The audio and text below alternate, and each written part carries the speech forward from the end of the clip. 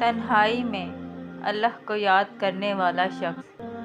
रसूलुल्लाह सल्लल्लाहु अलैहि वसल्लम ने फरमाया, 7 तरह के लोग होंगे जिनको अल्लाह उस दिन अपने साए में जगह देगा, जिस दिन उसके साए के सिवा और कोई साया न होगा।